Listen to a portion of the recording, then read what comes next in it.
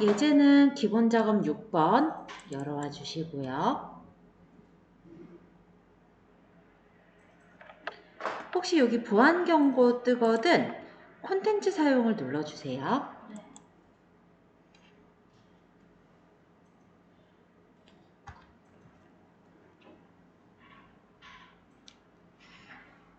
자, 그러면 이렇게 예제를 열어왔는데 일단 출제 유형 2번의 내용부터 한번 읽어볼게요. 1-63페이지 출제 유형 2의 외부 데이터 1시트의 다음에 지시사항을 처리하시오 라는 문항인데요. 다음에 텍스트 파일을 열고 생성된 데이터를 외부 데이터 1시트에 A3에서부터 H8 영역에 붙여 넣으시오 라고 되어 있어요.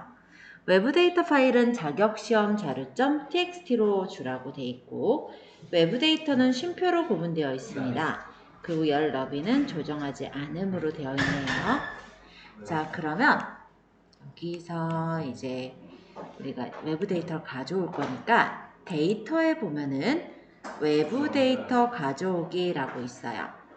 커마 리급에서는 텍스트 파일을 가져오는 거기 때문에 여기 텍스트라는 부분을 누르도록 할게요. 그러면 어디서 가져올 건지 이렇게 창이 뜨는데요. 일단 예제가 바탕화면에 커마 리급 있었죠? 그러면 커마 리급으로 들어가서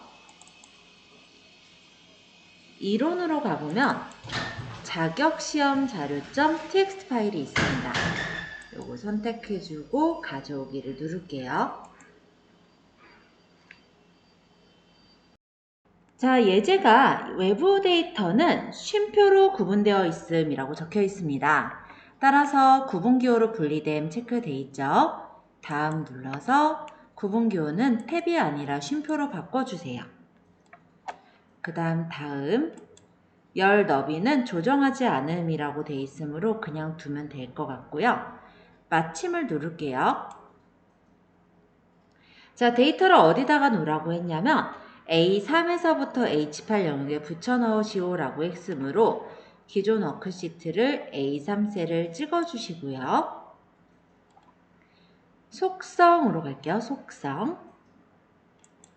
아까 열 너비를 조절하지 말라고 했으므로 속성의 데이터 서식 및 레이아웃은 열 너비 조정을 풀어주세요. 여기까지 하셨다면 확인하고 확인 눌러주시면 이렇게 데이터가 가져와지는 걸 볼 수 있습니다. 자, 그러면 두 번째 외부 데이터로 넘어가서 볼게요. 예제는 1-65페이지 출제 유형 2번이에요. 다음에 텍스트 파일을 열고 새 워크시트를 삽입하여 외부 데이터 2번 시트에 뒤에 삽입하시오 라고 되어 있어요. 외부 데이터 파일명은 판매실적.txt 파일이고 외부 데이터는 공백으로 구분되어 있으며 외부 데이터는 데이터에 맞게 조정하래요. 이 시트 이름은 판매실적으로 하시오 라고 적혀 있네요. 그래서 일단 다시 데이터에 외부 데이터 가져오기의 텍스트 예제는 판매 실적을 선택해 주시고 가져오기 눌러주세요.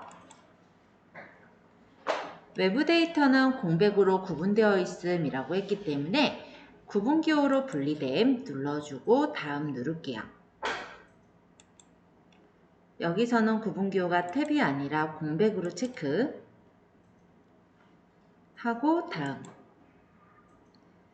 열너비는 데이터에 맞게 조정하시오 라고 되어 있는데요. 요거는 원래 기본값이라 따로 설정하지는 않겠습니다. 자, 그러고 마침을 누르면 어디다 놓을 거냐 이렇게 뜨는데 네 번째 그 화살표 보니까 시트 이름은 판매 실적으로 하시오 라고 되어 있죠. 그래서 우리는 새 워크시트로 만들 거예요.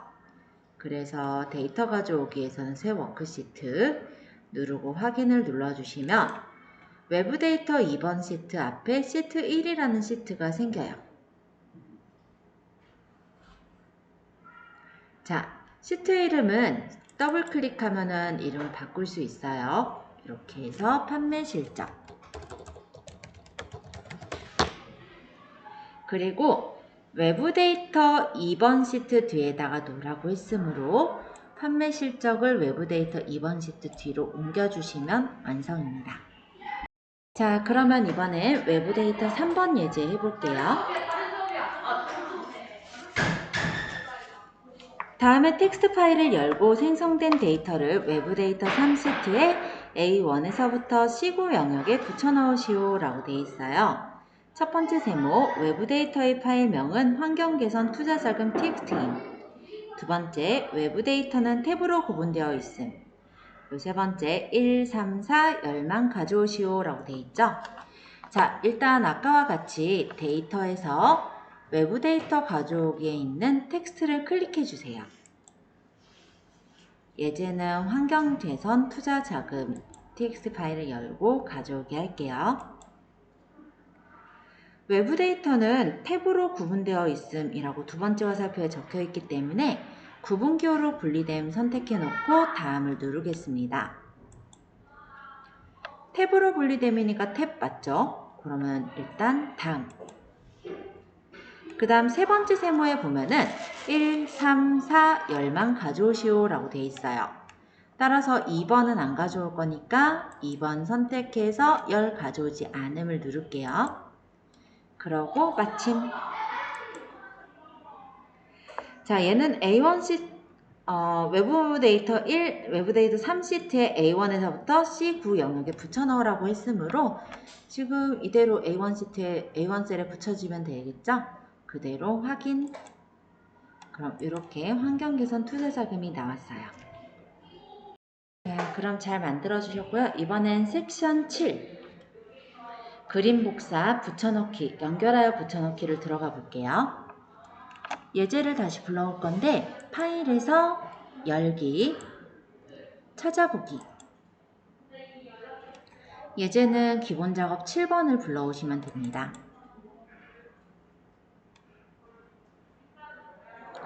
자, 출제 유형의 내용을 한번 읽어볼 건데요. 그림 1시트에서 그림 복사 기능을 이용하여 문제에서 주어진 양식 조각으로 다음 그림과 같은 양식을 만드시오 라고 되어 있어요. 자, 지금 보면은 작성일 작성자가 B2셀쯤에 있죠. 그래서 여기 작성일 작성자에 해당하는 칸을 범위를 잡아주세요. 그리고 여기 클립보드에 보면 복사 있죠. 복사를 누릅니다. 또는 컨트롤 C도 좋아요. 그 다음에 여기 B2셀을 클릭하세요.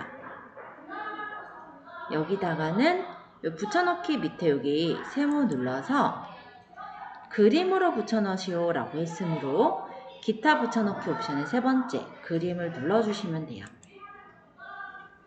자, 만약에 얘를 우리 일반적으로 했듯이 만약에 이 부분을 컨트롤 C 복사를 해서 B2셀에 그냥 컨트롤 V로 붙여버리면 이와 같이 셀이 얘가 좁잖아요. 비열이. 그쵸? 그 비열이 좁은 거에 이렇게 맞춰져서 그냥 들어가 버리거든요. 즉 형태, 즉 요 모양이 완전히 틀어져 버리게 돼요. 그럴 때 우리가 엑셀에서 이 형식을 그대로 유지하기 위해서 이 부분을 복사해서 붙일 때 붙여넣기에 있는 그림으로 붙이는 게 바로 그림으로 붙여넣기예요. 서식을 망가뜨리지 않는다 라고 생각하시면 될 것 같아요. 자, 이번에는 여기 결제란이죠. 결제란 범위를 잡아주고 컨트롤 C 또는 복사 누르셔도 돼요. 그리고 붙이는 게 얘가 F2셀이죠. F2셀을 선택해 놓고 붙여넣기에서 그림으로 붙여넣기 여기 기타 붙여넣기 옵션에 세 번째 있습니다. 자, 그 다음에 얘네도 마찬가지. 지금 D12셀부터 L15셀까지 범위 잡고 컨트롤 C 복사를 한 다음에 붙인 게 B6셀이죠. B6셀에 클릭해 놓고 여기 미안 붙여넣기에서 그림으로 붙여넣기 이렇게 해주면 그림으로 이렇게 붙여지는 걸 볼 수가 있어요. 어렵지 않죠? 잘 되신 분은 1-68페이지에 보면은 똑같이 붙여넣기 예제가 나와요. 요거도 한번 해볼게요. 그림 2번 시트에서 그림 복사 기능을 이용하여 문제에서 주어진 양식 조각으로 다음 그림과 같은 양식을 만드시오 라고 합니다. 자, 위에 보니까 이렇게 표들이 있고 지금 출제 유형의 보기 형태를 보니까 A15셀부터 내용이 들어있잖아요. 그래서 여기 있는 범위를 복사를 한 다음에 A15셀에다 찍고 붙여넣기해서 아까처럼 그림으로 붙여넣기를 해주시면 돼요. 자, 두 번째 결제란도 범위를 잡고 복사를 한 다음에 얘는 D15셀쯤에 있죠. D15셀을 찍고 붙여넣기해서 그림으로 붙여넣기를 해주시면 돼요. 자, 그 다음에 여기 작업자 현황하고 사고 발생 현황 범위를 잡고 복사를 한 다음에 아까랑 똑같아요. A19셀을 찍고 붙여넣기해서 그림으로 붙여넣으면 돼요. 그림 3시트에 H16에서부터 L17 영역을 복사한 다음 D4셀에 연결하여 그림 붙여넣기를 이용하여 붙여넣으시오 라고 해요. 그래서 그림 3번으로 가서 일단은 여기 보면 H16에서부터 L17 결제란을 범위를 잡습니다. 그리고 아까처럼 복사를 할게요. 복사. 그 다음에 D4셀에다가 클릭해 놓고 이때 붙여넣기에선 기타 붙여넣기 옵션에 네 번째 있는 연결된 그림으로 붙여넣을 거예요. 요게 완성. 그러면 여기서 질문 하나. 아까 그림으로 붙여넣기를 했었잖아요. 얘랑 얘는 어떤 차이가 있을까요? 그냥 겉으로 보기에는 아무런 차이가 없어 보여요. 그쵸? 근데 얘는 지금 그림으로 붙여놓은 거기 때문에 이 원본하고 연결이 되어 있지 않은 거예요. 반면에 이쪽 거는 연결된 그림으로 붙여놓은 거죠. 그래서 이 결제란을 찍어보면 실제 이 원본 데이터랑 같이 연결되어 있는 걸 볼 수 있고, 따라서 여기 원본 데이터의 결제란에 만약 내용이 바뀌어 있다면 원래 그림으로 그냥 붙여놓은 거는 바뀌지 않지만 연결된 그림으로 붙여놓은 거는 이렇게 바뀌는 것을 확인할 수가 있어요. 그래서 이런 정도의 차이가 있더라. 간단하게 확인해 보았습니다. 자, 이제 요거 기본 작업 7번 닫을게요.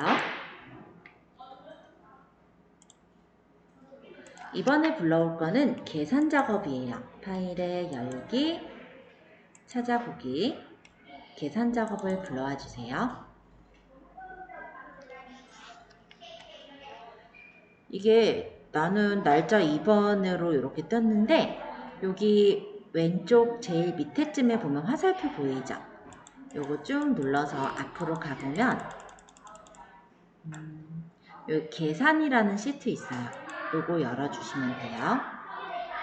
자, 그러면 이제 계산 작업을 좀 볼게요. 원래 엑셀에서는 함수가 어렵긴 한데 지금 첫 번째 나와 있는 시트는 함수가 아니라 간단한 계산식이라 어렵지는 않을 거예요. 자, 일단 첫 번째 내용부터 보도록 하겠습니다. 표 1에서 이익금액을 계산하시오 라고 되어 있고 이익금액은 판매금액 곱하기 마진율로 계산한대요. 그럼 이익금액을 계산하기 위해서는 일단은 이익금액을 구할 D3셀에 클릭을 하는 거예요. 그리고 계산할 때는 엑셀에서 언제나 등호를 먼저 적어요. 조금만 키우자. 여기 등호를 적고 이게 계산이 판매금액 곱하기 마진율이죠. 지금 여기 이익금액은 샤프의 판매금액에 대한 마진율이 어느 정도, 즉 이익이 어느 정도 남느냐이기 때문에 샤프의 판매금액을 찍어주고요. 자, 이렇게 찍었을 때 샤프의 판매금액은 C3셀의 데이터가 있으므로 이렇게 셀 주소가 바로 적힐 거예요. 여기다 곱하기는 8번 위에 별표가 곱하기예요. 우리 숫자 키패드에도 보면은 별표 표시 있죠? 그게 곱하기입니다. 그리고 마진율은 이 밑에 25%로 적혀 있는 이 부분을 클릭할게요. 일단은 이렇게만 해놓고 엔터를 쳐볼게요. 그러면 값이 나왔어요. 그렇지만 이 이익금액 값을 구한 것을 선택하고 오른쪽 하단의 채우기 핸들을 끌어보면은 값이 이상하게 나오는 걸 확인할 수가 있습니다. 자, 이렇게 나온 이유는 엑셀은 기본적으로 상대 참조로 되어 있기 때문에 그래요. 상대 참조라는 건 행과 열이 고정이 되어 있지 않은 참조 형식을 말하는데요. 우리가 아까 요 첫 번째 거는 직접 셀을 찍어서 계산했죠. 여기는 더블 클릭해서 따닥 한번 눌러보면 C3셀 곱하기 C9셀로 계산이 이루어진 걸 볼 수 있어요. 자, 일단 엔터 치고 요 밑에 있는 이익 금액은 내가 오른쪽 하단의 채우기 핸들을 끌어서 채운 거예요. 그러면 이 밑에 거를 더블 클릭해 볼게요. 따닥. 그럼 어떻게 되냐면 C4셀이 그러니까 원래 아까 값에서 한 칸 내려왔죠? 그쵸? 곱하기 C10셀을 찍었는데 이 C10셀은 마진율이 아니라 빈칸이에요. 즉 129,500원 요 연필의 판매 금액에 곱하기 빈칸으로 계산을 했기 때문에 지금은 0이나 마찬가지인 요 빼기 표시로 나온 거예요. 회계서식에서는 0은 빼기로 나오기 때문에요. 그럼 여기 value라고 뜬 애는 왜 이렇게 떴나? 한번 또 더블 클릭해서 볼게요. 따닥. 자, 얘는 C6셀에다가 곱하기 C12셀을 찍었는데 C12셀을 보니까 기본급이라는 문자죠. 계산을 할 때 문자는 계산을 할 수가 없어요. 그렇기 때문에 value라는 오류가 뜬 거예요. 자, 근데 우리가 여기 있는 데이터가 몇 개 안 되니까 일일이 계산한다라고는 하겠지만은 그렇게 하기엔 너무 양이 많은 거죠. 그래서 나는 계산을 이거 일일이 할 게 아니라 이익 금액을 구한 후에 채우기 핸들로 끌어서 아까 전처럼 그렇게 계산을 하고 싶은데요. 그럴 때 이 마진율의 값은 움직이면 안 돼요. 그죠? 그럴 때 이제 어떻게 하냐면 잠깐 여기 구해놓은 거는 범위 잡고 지우겠습니다. 딜리트. 자, 이익 금액을 구할 셀인 D3셀을 잠시 다시 클릭할게요. 등호를 적고 샤프의 판매 금액인 C3셀 곱하기 마진율인 요 25%를 찍는 것까지는 아까와 동일해요. 근데 이 마진율을 움직이면 안 되죠. 이럴 때는 F4번을 눌러보세요. 그러면 요 앞뒤에 이렇게 달러 표시가 붙어요. 자, 요 달러는 고정을 뜻해요. 그래서 이 얘기는 뭐냐면 시야를 고정하고 부행을 고정한다. 이런 뜻이 되는 거예요. 앞에 거는 고정이 안 붙어 있으니까 밑으로 끌면은 밑으로 한 칸씩 내려가면서 나오겠죠? 근데 뒤에 건 고정이 돼 있으니까 밑으로 끌어도 그대로 나오겠네요. 엔터 쳐볼까요? 자, 아까처럼 일단 첫 번째 값은 잘 나왔고요. 이 D3셀을 클릭해서 오른쪽 하단의 채우기 핸들을 밑으로 쭉 끌어보겠습니다. 그러면 이렇게 이익 금액이 하나씩 계산이 다 나온 것을 확인할 수 있어요. 더블 클릭해서 보면은 이렇게 앞에 우리 판매 금액 찍었던 건 한 칸 내려가서 값이 나왔고 곱하기 마진율은 고정을 했었기 때문에 그 마진율 값을 잘 구해준 것을 확인할 수가 있죠. 자, 이번에는 누계 비율을 구해보도록 하겠습니다. 표 2에서 누계 비율을 계산하시오 라는 건데요. 누계 비율은 누적 인원수 나누기 합계로 구한다고 해요. 그래서 등호를 적고 이 해당 줄의 누적 인원수를 찍어주세요. 그 다음에 곱하기가 아니라 나누기네. 나누기. 그 다음에 밑에 보니까 여기 G8셀의 합계 있죠?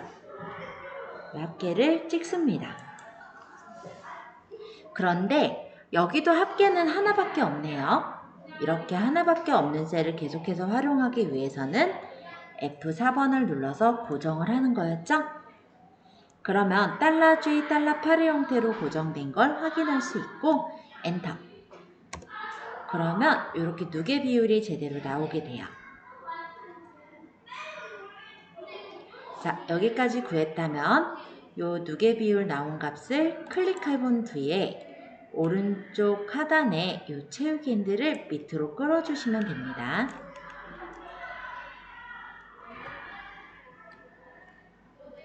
자, 이번에는 표 3번에 계산을 해볼게요. 여기 사원별 수당 지급 현황 표 3번인데요. 수당을 구하는 식을 읽어보자면 수당은 기본급 플러스 기본급 곱하기 괄호하고 상여 비율 플러스 충하 상여율 하고 괄호를 닫았네요. 자, 그래서 여기 수당을 구해볼게요. 이 13셀을 클릭해 주시고요. 먼저 계산할 거니까 등호. 그런 다음에 C13셀에 여기 기본급을 찍어요. 기본급 플러스 다시 기본급 그 다음 곱하기 괄호하고 상여 비율 플러스 추가 상여율인데 이 추가 상여율이 아까처럼 하나밖에 없죠. 그래서 F4번. 그리고 괄호를 닫아주시면 돼요. 그러면 먼저 계산되는 게 이 괄호 안에 게 먼저 계산된 후에 곱하기 연산자 그리고 더하기 연산자의 순서로 계산이 되겠죠? 엔터. 그럼 수당이 나오고 이 13셀의 값을 클릭한 후에 오른쪽 하단에 채우기 핸들을 끌어주시면 완성. 자, 이번에는 매출 총액입니다. 표 4에서 매출 총액을 계산하시오 라고 되어 있는데 매출 총액은 괄호하고 판매량 곱하기 단가 괄호 닫고 곱하기 괄호하고 1 빼기 할인율이래요. 그래서 여기다 등호를 적고요. 일단 괄호를 할게요. 괄호. 그 다음에 해당 줄의 판매량 곱하기 밑에 보니까 단가 있죠?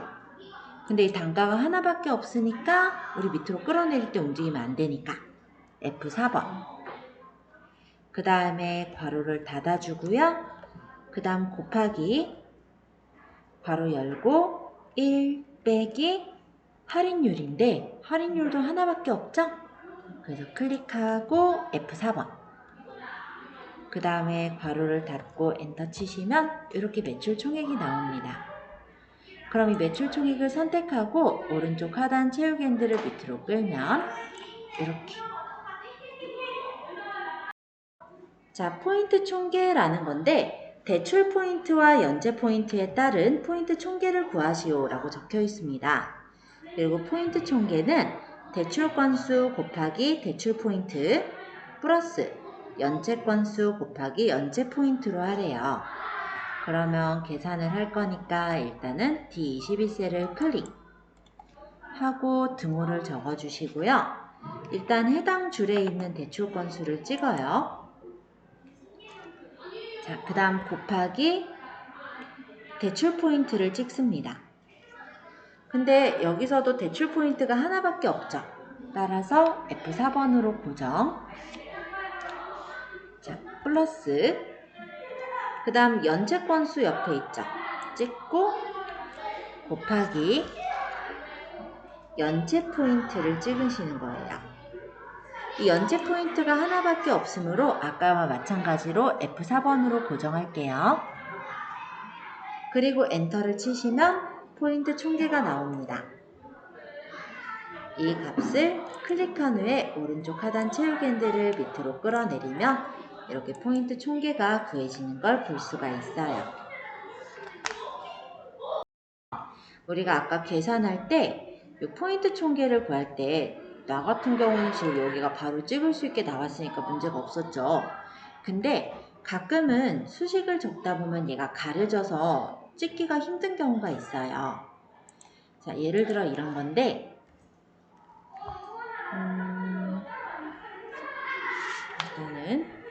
대출 건수 곱하기 대출 포인트를 찍고 F4번 눌렀고 그 다음 플러스 해서 연체 건수를 찍으려다 보니까 여기가 가려져서 찍기 힘든 경우, 이렇게 수식에 가려져서 찍기 힘든 경우는 그냥 근처에 있는 셀을 먼저 찍어요. 만약 여기 찍을 건데 안 찍혀지면 위에 거 그냥 찍으면 돼요. 그리고 방향키로 내려주면 되겠죠? 이렇게 방향키로 조절이 되기 때문에 근처를 찍어서 이렇게 방향키로 가면 되고 곱하기 연체 포인트 찍고 F4번 엔터 이렇게 해서 구하면 됩니다. 자, 질문 있으신 분 질문 주시고요. 딱히 질문 없다면 3시에 이어서 데이터베이스 함수 들어갈게요. 데이터베이스 함수 첫 번째 내용입니다. 공연 예매 현황, 여기서부터 이제 구해볼 건데 요 내용을 나가기 전에 데이터베이스에 대해 좀 알아야 되겠죠? 그래서 페이지는 1-75페이지를 봐주시면 돼요. 자, 데이터베이스 함수란 어떤 범위에서 조건에 맞는 합이나 곱 아니면 개수 등을 구하는 함수가 데이터베이스 함수라고 해요.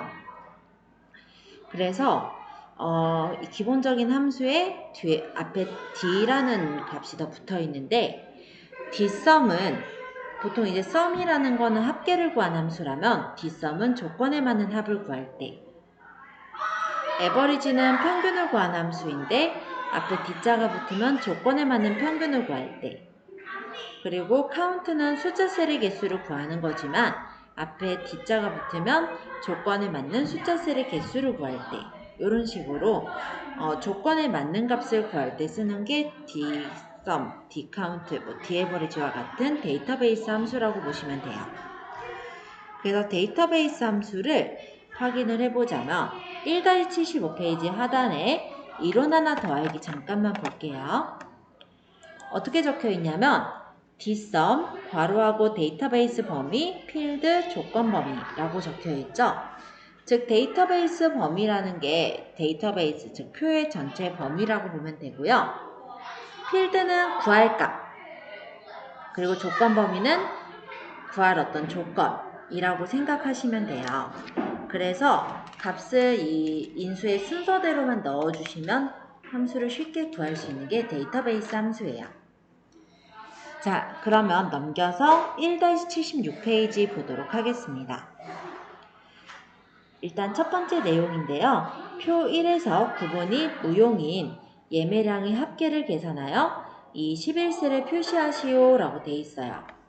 그래서 예제에서는 구분이 무용이다 라는 게 이제 조건인 건데, 조건은 G9에서부터 G10셀 영역에다 입력하라고 하네요.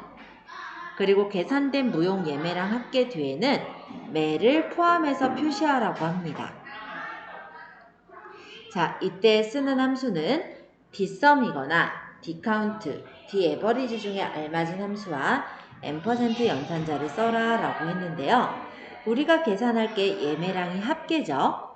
즉, 합계를 구한 함수인 dsum을 활용할 거예요. 그리고 조건은 여기서 구분이 무용인 게 조건이기 때문에 일단 조건부터 먼저 만들어 놓을게요. 자, A2셀을 A2셀을 클릭, 그 다음 컨트롤 누르면서 A4셀을 클릭. 그러면 여기 구분하고 무용 이렇게 두 칸이 선택이 됐죠. 이때 컨트롤 C 복사를 해서 조건을 구할 부분인 G9셀에 커서를 찍고 엔터를 쳐볼게요. 그러면 물론 우리가 직접 타이핑해도 되지만 오타 없이 이렇게 복사해서 넣을 수가 있어요. 이게 이따가 조건이 될 거예요. 자, 그리고 이 11셀에다가 이제 계산을 해볼 건데요. 계산할 땐 언제나 등호가 먼저 들어갑니다. 그리고 D, sum, 괄호하고 데이터베이스는 전체의 데이터베이스 표 범위를 잡아주세요. 그 다음에 쉼표, 필드는 예매량의 합이잖아요. 그래서 해당 그 표에 하나, 둘, 셋, 넷, 5번째 여기 예매량 있죠. 그래서 이 투셀을 클릭하시면 돼요. 또는 얘가 5번째 있다라고 해서 5라고 적으셔도 상관은 없어요. 그 다음 쉼표. 크리테리아가 조건인데요. 아까 조건이 구분이 무용인 거였죠. 그래서 이렇게 범위를 잡고 괄호를 닫고 엔터 치시면 이렇게 무용 예매량 합이 나옵니다. 자, 식이 보이게 일단 확대해 드렸고요. 요거 한번 구해보세요. 엔터 쳐보면 이렇게 4,751이 나왔는데요. 두 번째 세모에 보니까 계산된 무용 예매량 합계 뒤에 매를 포함하여 표시하시오 라고 되어 있어요. 따라서 이 값을 따닥 하시고 이 뒤에다가 7번 위에 있는 n% 기호를 적고 따옴표 매라고 적고 따옴표 닫을게요. 그리고 엔터 치면 면 매 형식으로 나올 거예요. 자, 표 2번은 영업사원에 대한 건데요. 지점이 이면서는 AND 조건이에요. 판매량이 700 이상인 사원들의 판매총액 평균을 H11셀에 계산하시오 라고 해요. 그래서 강북이면서 판매량이 700 이상이라는 조건을 만들어야 될 텐데 일단은 필요한 게 지점이 필요해요. 그죠? 지점에 선택해주고 그 다음 판매량이 필요하니까 컨트롤 누르면서 판매량도 찍을게요. 자, 이거를 컨트롤 C 해서 복사한 후에 조건을 적을 셀인 M9셀에다가 엔터. 그 다음 여기 지점이 강북 여기도 물론 여기를 복사해서 넣어도 되고 그냥 적어도 상관은 없어요. 강북이면서 그 다음 판매량이 700 이상이니까 크거나 같다 700 이렇게 적어주세요. 판매량이 700 이상이므로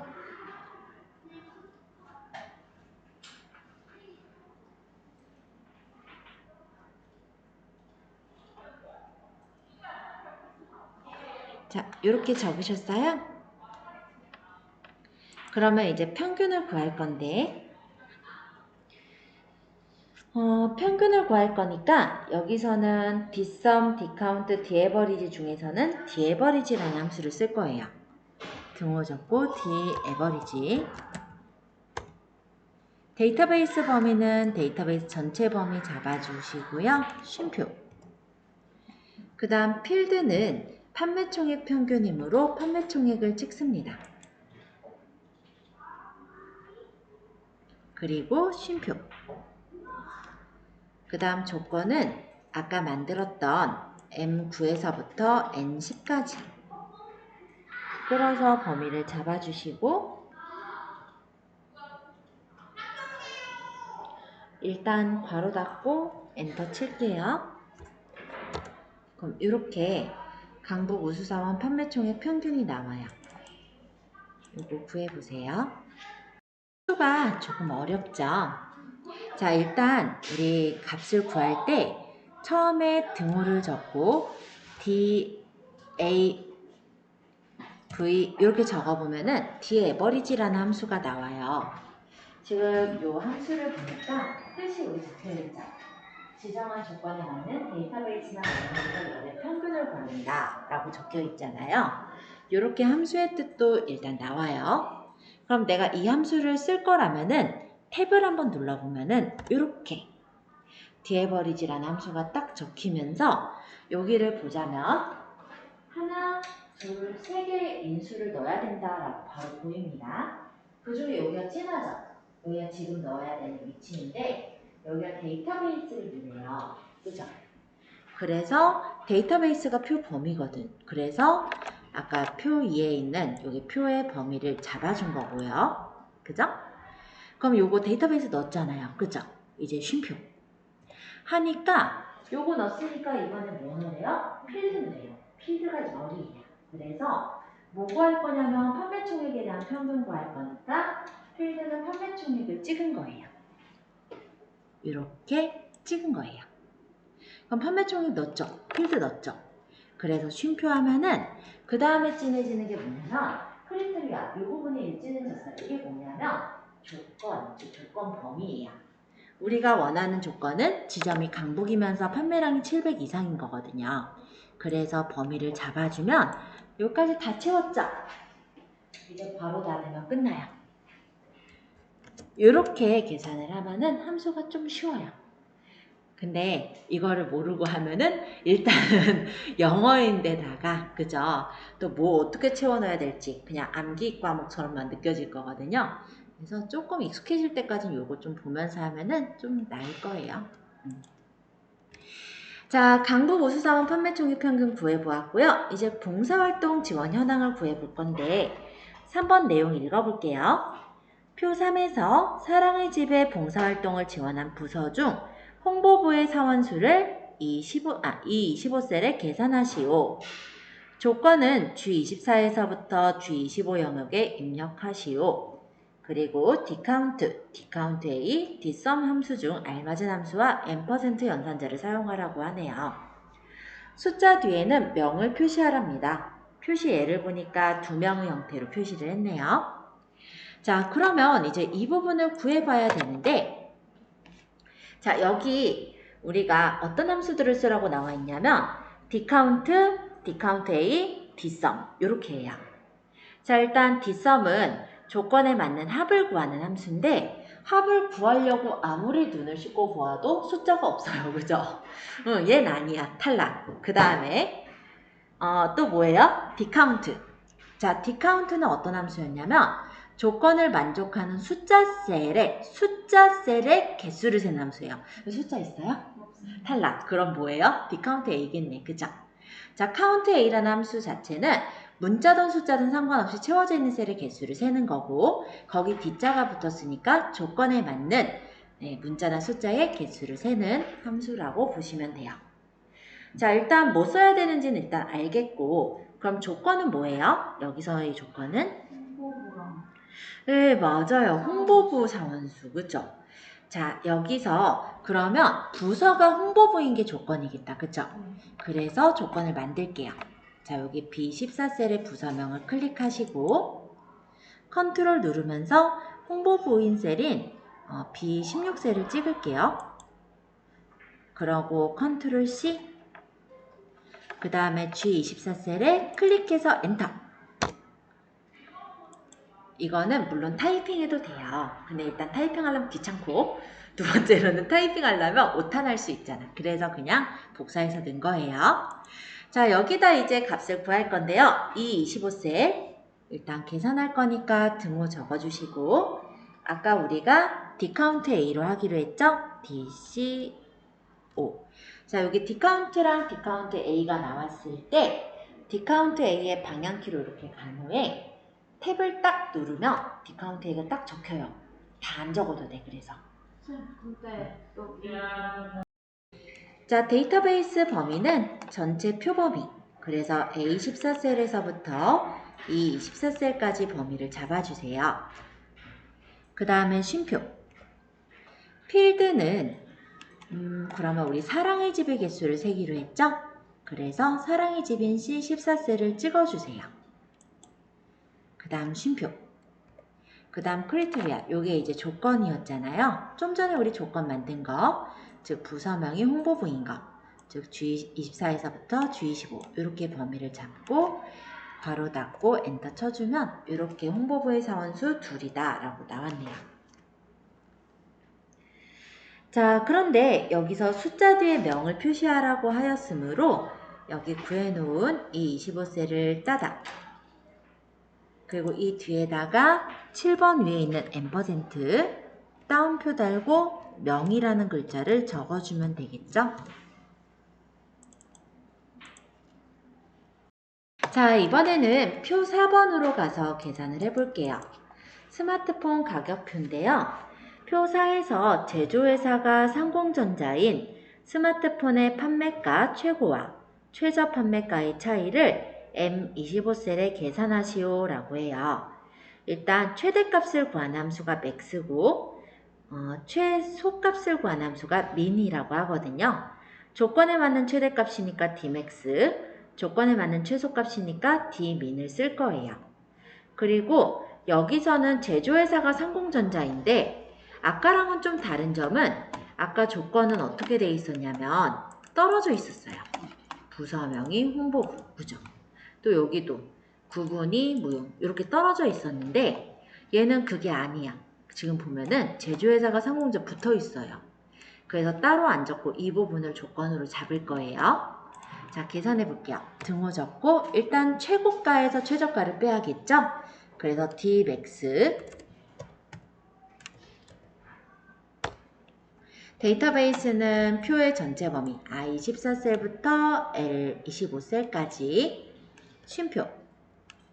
필드는 판매가의 최고가, 판매가의 최저가겠죠? 그래서 판매가인 L14셀 하고 쉼표. 그 다음에 크리테리아, 여기 조건은 아까 봤듯이 제조회사가 상공전자 이렇게 범위를 잡아주고 괄호를 닫아요. 이러면 Dmax로 최대값이 나올 거예요. 최대값이 이 값이네, 그쵸? 120만원. 근데 이게 끝난 게 아니라 우린 최저가를 빼야 되니까 이 뒤에다가 빼기 Dmin. 데이터베이스는 전체 표 사이의 데이터베이스 범위를 잡고요. 빼기 판매가의 최저가니까 판매가인 L14셀 찍고 쉼표. 그 다음에 조건은 제조회사가 상공전자인 거. 괄호 닫고 엔터 치면은 이렇게 최저가랑 최고가 차이가 나오게 됩니다. 이거 한번 계산해 보세요. 자, 그러면 이제 또 밑으로 내려가서 경기도 동호회 현황을 볼까요? 자, 표 5에서 지역이 안산인 동호회 원수를 D39셀에 계산하시오 라고 합니다. 자, D썸하고 D카운트, Dmax 중에 알맞은 함수와 n% 연산자를 사용하래요. 숫자 뒤에 명을 표시하라고 합니다. 자, 일단 동호 회원수를 따질 건데요. 여기서 보니까 뭐 가입연도에 뭐 합을 구할 수도 없고 그럼 D썸은 아니겠다, 그쵸? 그러면 D카운트는 숫자 셀의 개수를 세는 거죠. 그래서 D카운트를 쓰면 되겠죠? Dmax를 해봤자 최대값인데 여기 최대값이 없어요.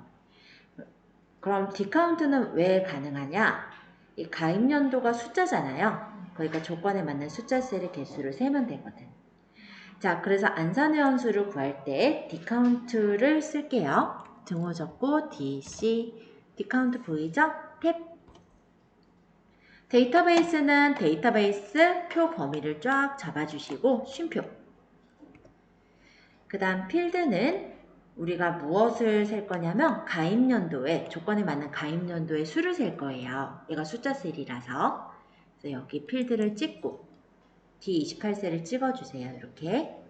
그 다음 쉼표하고 조건은 얘가 조건이 지역이 안산인 게 조건이죠. 그래서 C28, C29셀 이렇게 범위를 잡고 괄호 닫고 엔터 치시면 이렇게 안산 회원수가 나옵니다. 그런데 숫자 뒤에 명을 n% 연산자로 붙여라 라고 했기 때문에 D카운트 뒤에다가 맨 뒤에 n% 따옴표 명 이렇게 적어주면 명으로 적혀요. 이거 한번 구해보세요. 여기서 D카운트로 우리가 값을 계산했는데 D카운트 A로는 안 되나요? 라는 질문이었어요. 당연히 됩니다.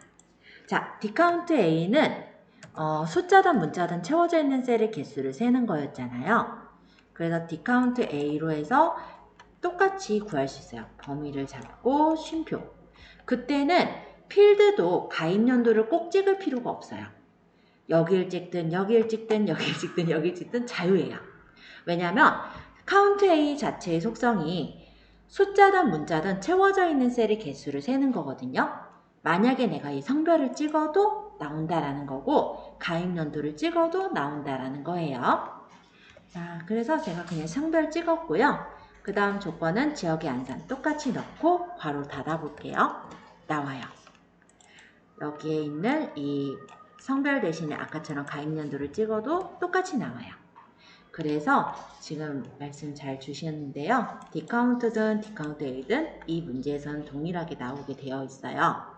다만 책에서는 디카운트 A를 쓰는 얘기가 없죠. 그렇기 때문에 여기서 디카운트 A로 구해놓으면은 네, 이거는 틀린 문제가 되는 거고요. 원래 실무에서는 상관이 없다. 네, 그러면 안산해원수 구해보았고요. 이제 표 6번의 중간고사 성적표 한번 해볼게요. 자, 표 6에서 성별이 남이면서 영어가 90 이상이거나 성별이 여이면서 수학이 90 이상인 학생의 총점에 대한 평균을 구하시오 라고 해요. 여기서 뭐뭐이면서는 AND 조건, 뭐뭐이거나는 OR 조건이에요. AND랑 OR 조건 기억하세요? 자, 저번에 우리 배웠었는데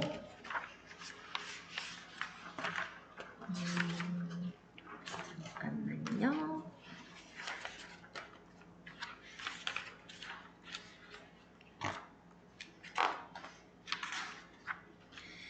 (1-53페이지에서) 고급 필터 조건을 우리 배우고 넘어갔었죠?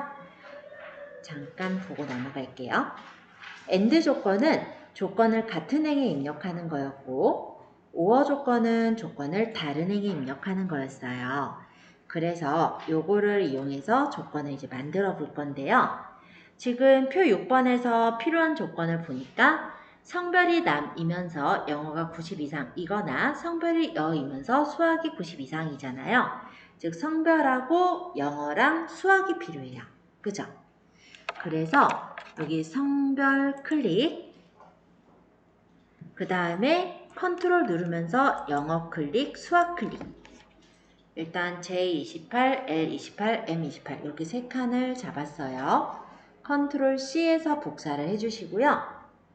조건은 어디 적으랬냐면 I39셀에 적으랬으니까 I39셀에 클릭하시고 일단 엔터 칠게요.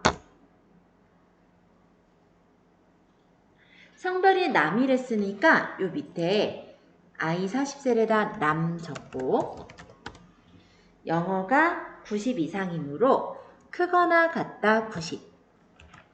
AND 조건은 같은 줄에 적는 거니까 이렇게 적어주시는 거예요. 그리고 이거나는 OR 조건이죠. 그래서 밑에 줄에다가 성별이 여 이면서 수학이 90 이상이니까 이 밑에 수학의 90 이상을 이렇게 적어주시면 이게 이제 조건이 되는 거예요. 자, 우리가 평균을 구할 거니까 함수는 뭐 써야 될까요? 뒤에버리지, 뒷섬 또는 디카운트 A, 디카운트. 평균이니까 D, 에버리지를 써야죠. 에버리지가 평균 구하는 함수예요. 자, 등호 적고 뒤에 에버리지. 그 다음 데이터베이스 범위는 표 전체 범위. 그 다음 쉼표. 필드는 총점의 평균이므로 총점을 찍어주세요. 그 다음 쉼표. 그 다음에 성별이 남이면서 영어가 90 이상이거나 성별이 여이면서 수학이 90 이상. 요 아까 만든 조건 범위를 잡아주시고 괄호 닫고 엔터 치시면 평균이 나옵니다.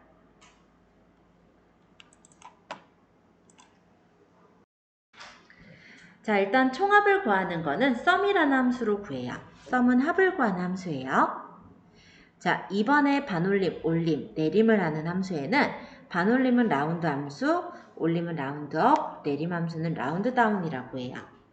그래서 인수랑 자릿수로 구분이 되는데 만약에 지정한 자릿수만큼 반올림해라 라고 할 거면 라운드 함수, 지정한 자릿수만큼 자릿수를 올려라 하면은 라운드업, 내림 함수는 라운드 다운이 되겠죠.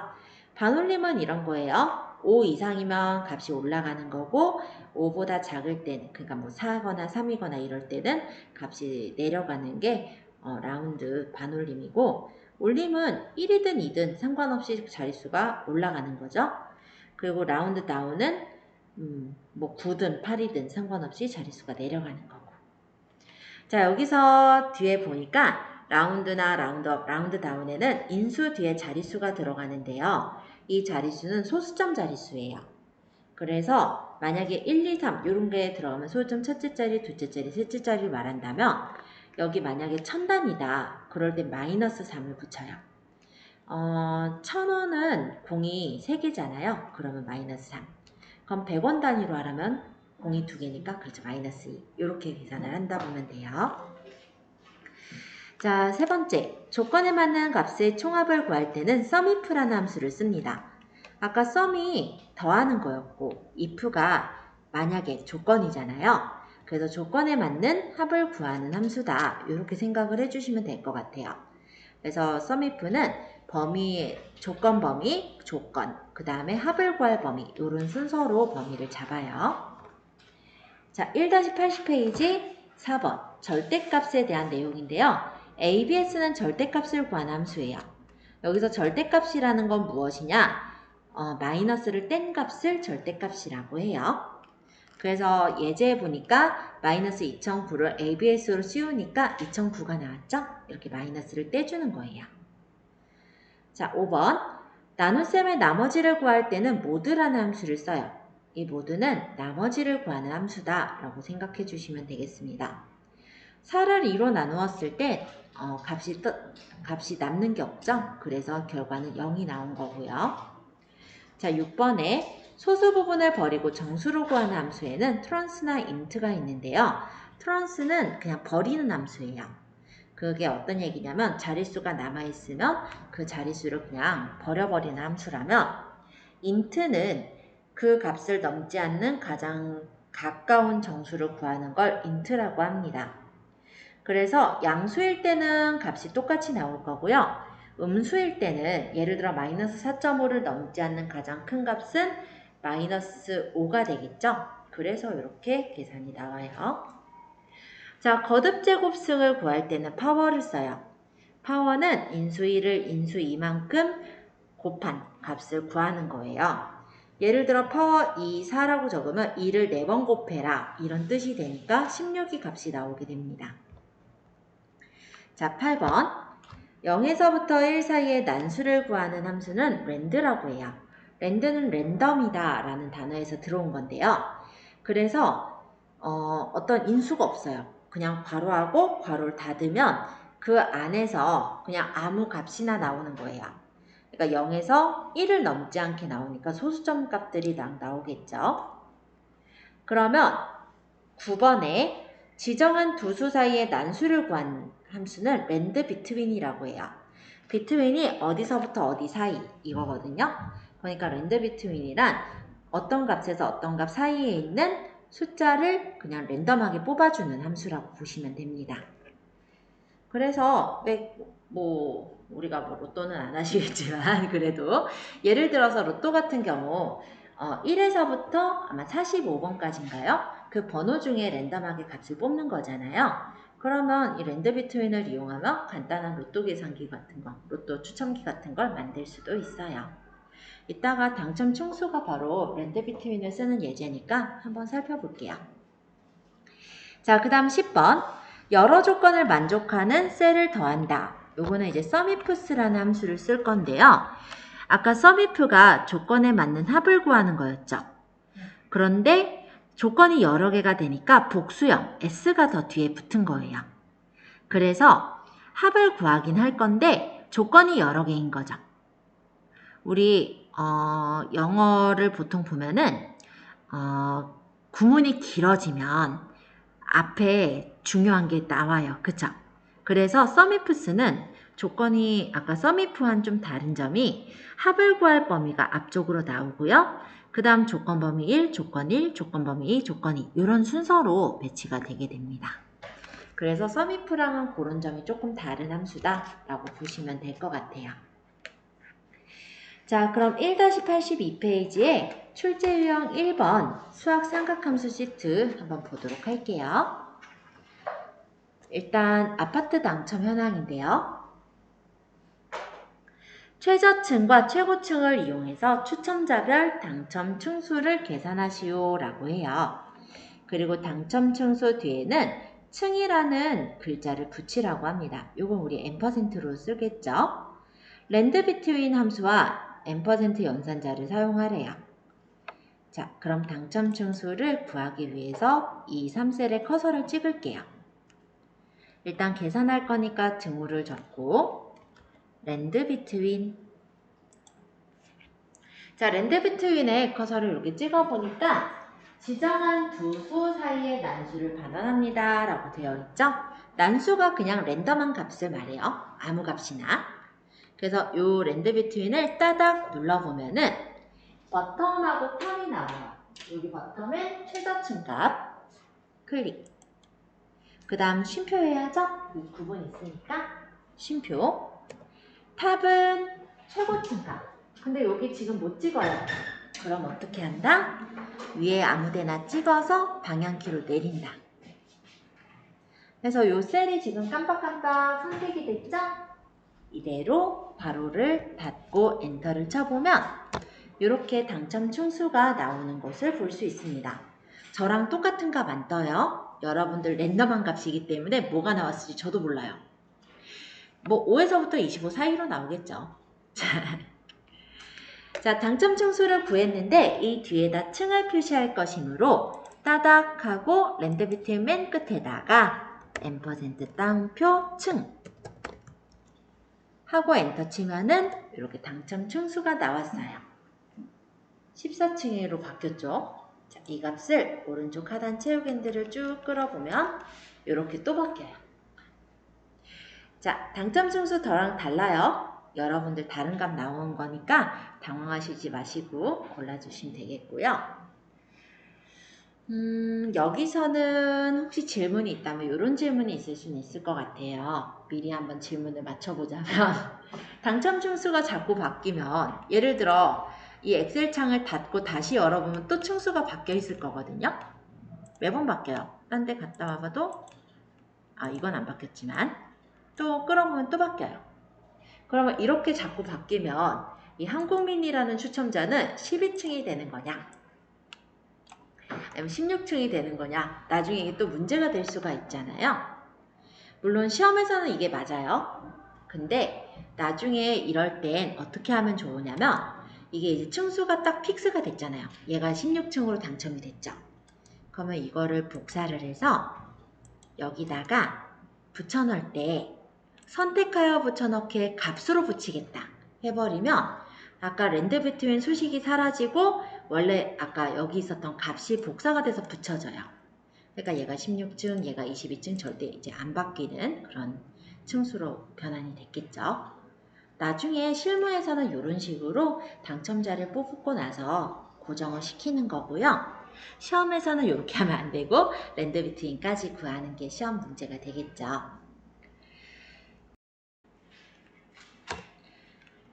자, 제품 판매 현황, 음악용품 판매 금액, 판매총액 합계입니다. 표 2번은 구분이 음악인 제품들의 판매총액 합계를 계산해서 K12셀에 표시하시오 라고 되어 있네요. 판매총액 합계는 100의 자리는 올림하여 1000의 자리까지 표시라고 되어 있죠. 자, 세모에 보니까 100의 자리는 올림하여 라고 적혀 있지만 그 뒤에가 중요해요. 1000단위까지 표시해라 라는 내용이에요. 그러니까 앞에가 100의 단위라고 되어 있어서 100단위라고 생각하지 말고 1000단위까지 표시해라가 여기서는 얘기할 말이 되겠죠. 그래서 라운드업이라는 함수랑 sumif라는 함수를 사용하라고 되어 있습니다. 자, 등호 적으시고 sumif부터 적어볼게요. sumif는 조건에 맞는 합을 구하는 함수가 sumif예요. sumif에서는 range, criteria, sum range 이렇게 되어 있죠. 이 range는 조건 범위예요. 자, 조건이 여기서는 뭐냐면 구분이 음악인 게 조건이죠. 그래서 이 range 범위에서는 구분 범위를 쭉 잡아주세요. 그리고 쉼표, criteria 이게 이제 조건인데 이 조건은 음악을 따옴표하고 음악 이렇게 적을까요? 그리고 쉼표 sum range는 더할 범위인데 판매 총액의 합을 구할 것이므로 판매 총액 범위를 잡아주세요. 그리고 괄호 닫고 엔터 쳐보면 이렇게 판매 총액의 합이 먼저 나옵니다. 아직 다 구한 건 아니고 여기까지만 먼저 구해볼게요.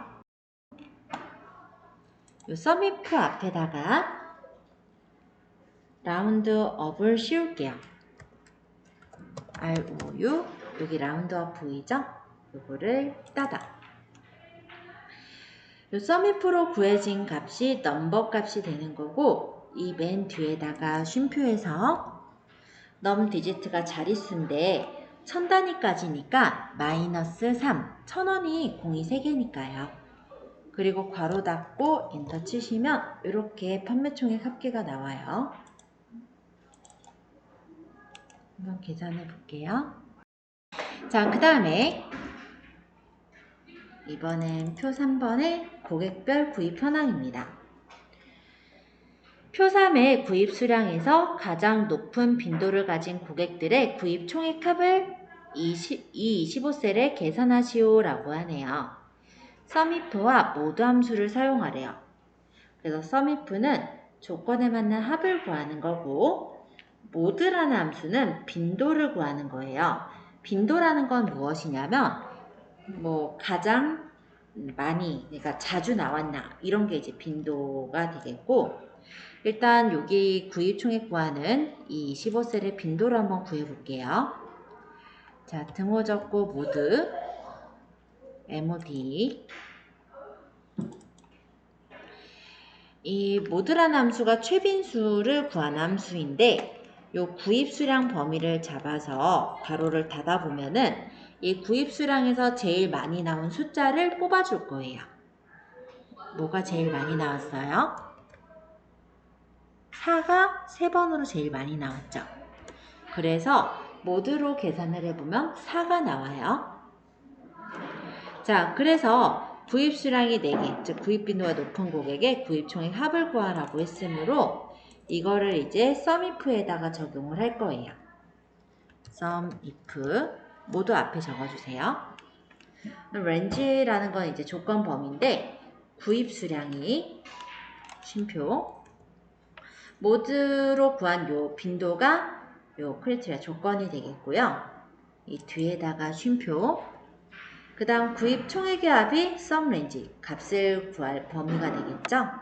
그래서 구입 총액 범위를 잡고 괄호를 닫고 엔터 쳐보면 이렇게 구입 총액 합이 나옵니다.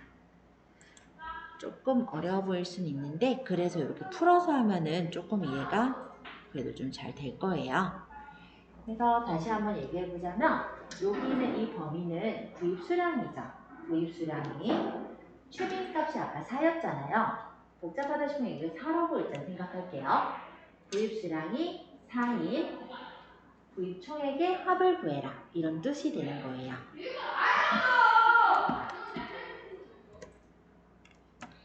요거 잘 구했는지 한 번씩 보고 표 4번도 마저 구해볼게요. 자, 그 다음에 이제 영화 예매 현황 해볼게요. 표 4에서 장르가 드라마이면서 관람 등급이 15세 이상인 영화들의 일간 합계를 계산하여 L25셀에 표시하시오 라고 합니다. 자, 일단 조건은 보니까 장르가 드라마이면서 관람 등급이 15세 이상 이렇게 조건이 2개죠. 자, 조건이 1개 이상이고 그러니까 2개이고 지금 일간 합이니까 조건에 맞는 합을 구할 건데 조건이 여러 개이므로 SUMIFS를 써야 되겠죠. 그쵸? 그래서 여기다가 일단은 등호를 적고요. SUMIFS 자, 첫 번째가 sum range라고 적혀 있어요. 얘가 더할 범위를 말해요. 우리가 뭐 구할 거냐면 일간 합계를 구할 것이므로 요 일간 범위를 잡아주세요. 그리고 쉼표. 그 다음 두 번째가 뭐라고 떴냐면 크리티컬 렌즈 1이라고 적혀 있어요. 이게 조건 범위 1이죠. 네, 맞아요. 그래서 조건이 아까 첫 번째가 장르가 드라마였잖아요. 그러니까 장르 범위를 잡으세요. 그 다음에 쉼표. 그 다음에 얘랑 얘 세트예요. 크리티컬 이제 조건 범위 조건이 뭐예요? 드라마인 거죠. 그래서 따옴표하고 드라마. 따옴표 닫고 일단 쉼표. 그 다음에 조건이 관람 등급이 15세 이상인 거니까 요 조건 범위 크리테리아 렌지 2는 여기 관람 등급 범위를 잡아줍니다. 관람 등급이 그 다음 쉼표. 그 다음에 여기 지금 보면은 크리테리아 2라고 적혀있어요. 조건 2. 조건은 두 번째가 뭐였어요? 15세 이상이었어요. 그쵸? 그래서 따옴표하고 15세 이상 하고 따옴표 닫고 괄호 닫고 엔터를 쳐보면 이렇게 값이 나오게 돼요. 그런데 숫자 뒤에 10,000원을 표시하라고 했으므로 이 뒤에다가 7번 위에 있는 M% 따옴표 10,000원 하고 따옴표 닫고 엔터 치시면 이렇게 값이 나오는 거예요. 네, 구해보세요.